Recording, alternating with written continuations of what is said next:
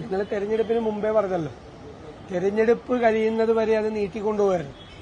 അതിനുവേണ്ടിയിട്ടാണ് SITയുടെ മീതെ മുഖ്യമന്ത്രിയുടെ ഓഫീസിൽ സമ്മർദ്ദം ചെലുത്തിയത്. നിങ്ങൾ ആലോചിച്ച് നോക്കിയ തെരഞ്ഞെടുപ്പിന്റെ ഘട്ടത്തിലാണ് കടകംപള്ളി സുരേന്ദ്രനെ ചോദ്യം ചെയ്യുന്നതെങ്കിൽ അത് CPMന് എത്ര ക്ഷീണം ഉണ്ടാക്കുമായിരുന്നു. അത് മനഃപൂർവ്വം നീട്ടിവെച്ചാണ്. ഞാൻ ആരോപണം ഉന്നയിച്ച് പിന്നീട് കോടതി എന്ന് ശരിവെച്ചല്ലോ. കോടതി എന്താ പറഞ്ഞത്? അത് മന്ദഗതിയിലാക്കിയ അന്വേഷണം. ഇപ്പൊ കോടതി വിമർശിച്ചപ്പോഴാണ് സുരേന്ദ്രനെ ചോദ്യം ചെയ്യേണ്ടത് അതിന്റെ ഒരു സീക്വൻസാണ്. അത് ചോദ്യം ചെയ്യാതിരിക്കാൻ പറ്റില്ല. കാരണം അദ്ദേഹത്തിന് ബന്ധമുണ്ട്, ഉണ്ണികൃഷ്ണൻ പോറ്റിയായിട്ട് ബന്ധമുണ്ട്. ഉണ്ണികൃഷ്ണൻ പോറ്റിയെ ദേവസ്വം ബോർഡ് പ്രസിഡന്റിനെയും മെമ്പർമാരെയുമായി ബന്ധപ്പെടുത്തിയതിൽ കടകംപള്ളി സുരേന്ദ്രന് പങ്കുണ്ട്.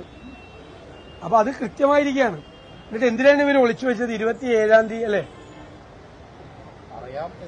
എന്നാണിത് ചോദ്യം ചെയ്തത്? എന്തിനാണ് ഇത് രഹസ്യമാക്കി വെച്ചത്? ഇതില് രഹസ്യത്തിന്റെ കാര്യമൊന്നുമില്ലല്ലോ. എന്തിനാണ് എല്ലാവരും ചേർന്ന് ഇത് രഹസ്യമാക്കി വെച്ചത്?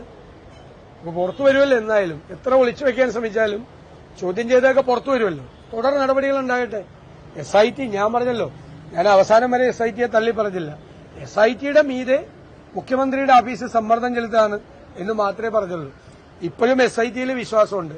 അവർ ഭംഗിയായി കാര്യങ്ങൾ ചെയ്ത് പൂർത്തിയാക്കട്ടെ.